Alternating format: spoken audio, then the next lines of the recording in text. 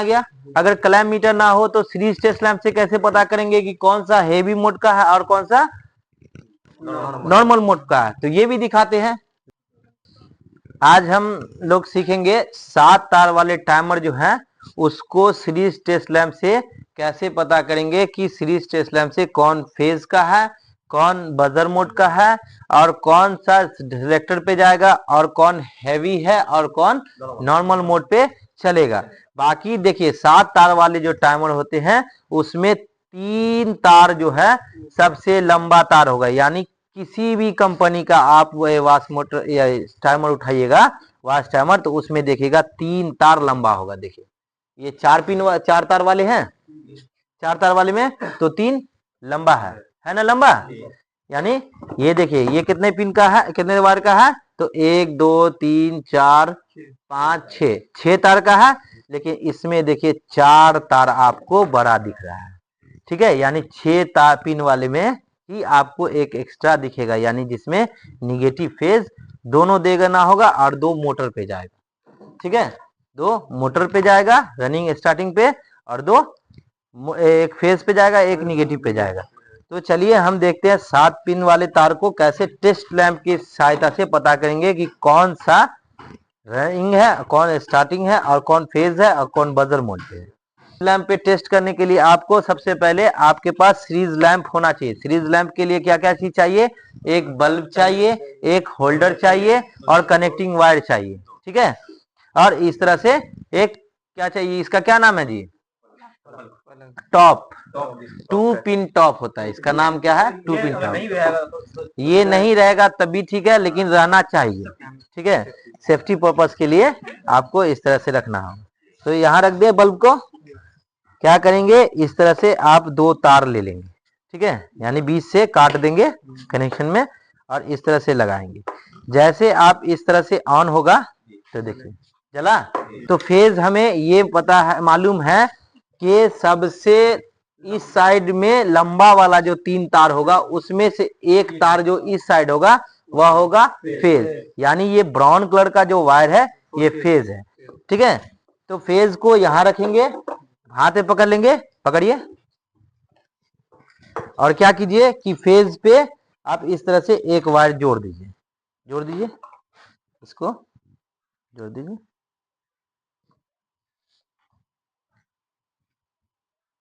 Phase को जोड़ दिए। ठीक है, टाइमर पकड़िए, ये इस हाथ से पकड़िए, ऊपर से हाँ पकड़िए। अब क्या करना है कि इस तरह से चेक करेंगे जिस पर सबसे ज्यादा देर बल्ब जलेगा। ठीक है, यानी जो 3 तार बचा हुआ ना है, 4 तार बचा हुआ, 4 तार में टाइमर को ऑन करेंगे। ऑन करने के बाद ऑन किए, ऑन कर दिए, जिस पर ज्यादा देर बल्ब जलेगा ठीक है वह होगा सिलेक्टर। देखिए नहीं जला, नहीं जला, नहीं जला, जला, यानी जिस पर कंटिन्यू जलता रहेगा वह सिलेक्टर का इनपुट वायर होगा। ठीक है, तो ये आपके पास ये जो है हमारे हाथ में ये सिलेक्टर स्विच है। सिलेक्टर स्विच में ये 2 मोड है, इसलिए 2 आउटपुट पिन है। 3 मोड होता तो 3 पिन होता।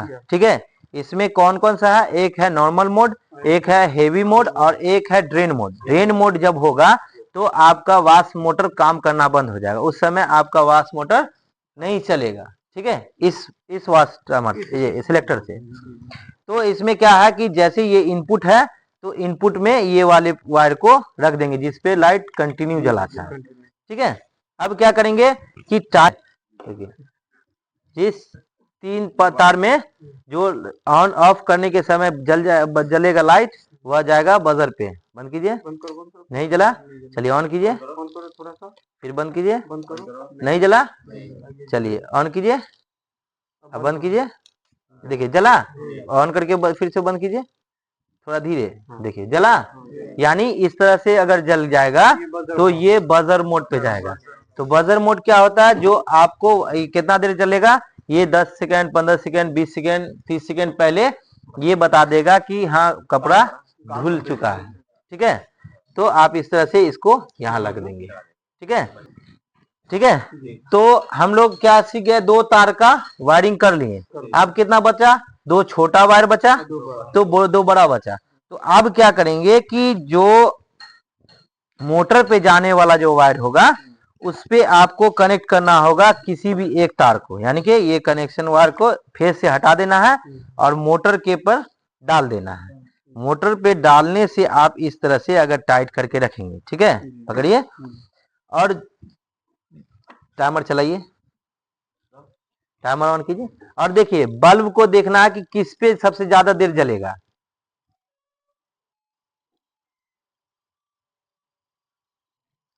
बंद हो गया। अब देखिए थोड़ा देर टाइम लेता है, इसलिए कि मोटर की स्पीड जो मोटर रुकने के लिए टाइम देता है टाइमर, ठीक है। देखिए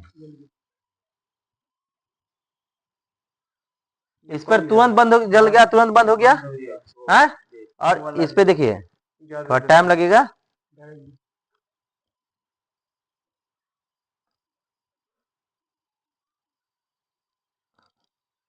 देखिए ये उससे ज्यादा है, ये इससे ज्यादा है, यानी ये जाएगा हेवी मोड पे।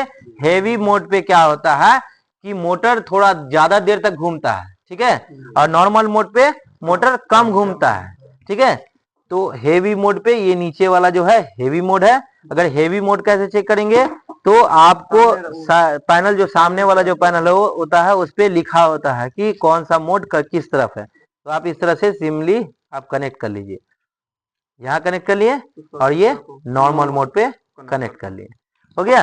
आप कोई दिक्कत नहीं, ठीक है। अब इस तरह से अब बचा निगेटिव और मोटर पर फेज जाएगा, ठीक है। तो मोटर पे इस तरह से 2 तार जाते हैं, ठीक है। आपको मोटर पे लिखा होगा इस तरह से, देखिए एक स्टिकर लगा होगा। ये इस स्टिकर में देखिए एक ब्लैक वाला वायर है, एक ब्लू है और एक येलो है, यानी ब्लैक वाला वायर कॉमन है और ब्लू वाला, देखिए ब्लू वाला जो है कैपेसिटर, ब्लू और येलो कैपेसिटर के बीच में कनेक्ट है। यानी कितना एमएफडी का है, तो देखिए लिखा हुआ 10 माइक्रोफैराड का कैपेसिटर लगाना। तो बिना कैपेसिटर के ये मोटर नहीं चलने वाला। तो आपको क्या करना होगा, सिंपली इस तरह के आपको कैपेसिटर लेना होगा। यानी कैपेसिटर में 4 तार होंगे, ठीक है। 4 तार में 2 होगा 10 का या 12 का और 2 है 6 का, यानी 6 वाला लाल है और 12 वाला ब्लू है। तो आपको मोटर में क्या करना होगा कि रनिंग इस तरह से पीला और ब्लू पर कैपेसिटर जोड़ देंगे, क्योंकि मोटर पे लिखा हुआ है, ठीक है। ऐसे आप क्लैम्प मीटर से भी चेक कर सकते हैं कि कौन रनिंग है। जो जिसमें सबसे ज्यादा आएगा उसके सामने वाला कॉमन होगा और जिस पर कम आएगा वो रनिंग होगा, जिस पर ज्यादा आएगा कॉमन के साथ वह स्टार्टिंग होगा, ठीक है। तो ये दोनों हो गया। अब क्या है, टाइमर से जो 2 तार निकले उसको भी आपको मोटर पे ही जोड़ना होगा, यानी रनिंग स्टार्टिंग दोनों पे जोड़ना होगा। एक तरफ नहीं चल रहा है, इसलिए एक तरफ अगर चलता तो रनिंग पे जोड़ना होता और दोनों तरफ चलेगा तो स्टार्टिंग और रनिंग दोनों पे जोड़ना होगा, ठीक है। इस तरह से जोड़ देंगे।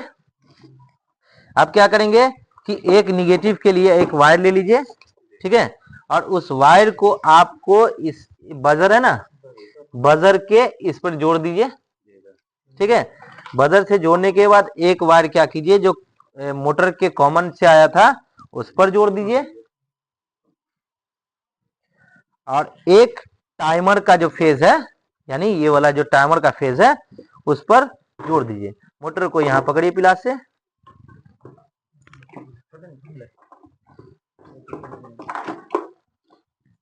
इस तरह से आपको कनेक्ट करना है।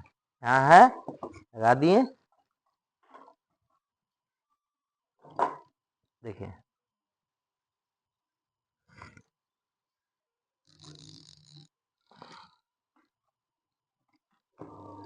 देखो चल रहा है। आगे दिखाइए, मोटर चल रहा है, यानी मोटर को रुकने का टाइम, ये टाइमर टक टक आवाज करेगा तभी चलेगा, ठीक है। देखिए रुक रहा, जब तक रुकेगा नहीं प्रॉपर तब तक चलेगा नहीं। देखिए रुक गया, मतलब चल गया, रुकने के बाद चलेगा, ऐसा नहीं कि चलते चलते फिर रुका फिर दूसरी तरफ खींचेगा, ऐसा मोटर नहीं करेगा। ठीक है, एक बार रनिंग फॉरवर्ड डायरेक्शन और एक बार रिवर्स डायरेक्शन। और जब आपका टाइमर पूरा कंप्लीट साइकिल कर लेगा, ठीक है, तो इस तरह से एक बजर बजेगा। देखिए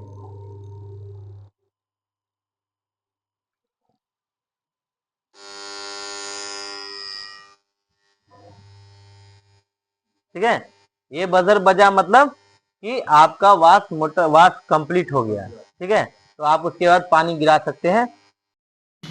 वीडियो पसंद आई तो लाइक करें, शेयर करें और चैनल को सब्सक्राइब जरूर करें।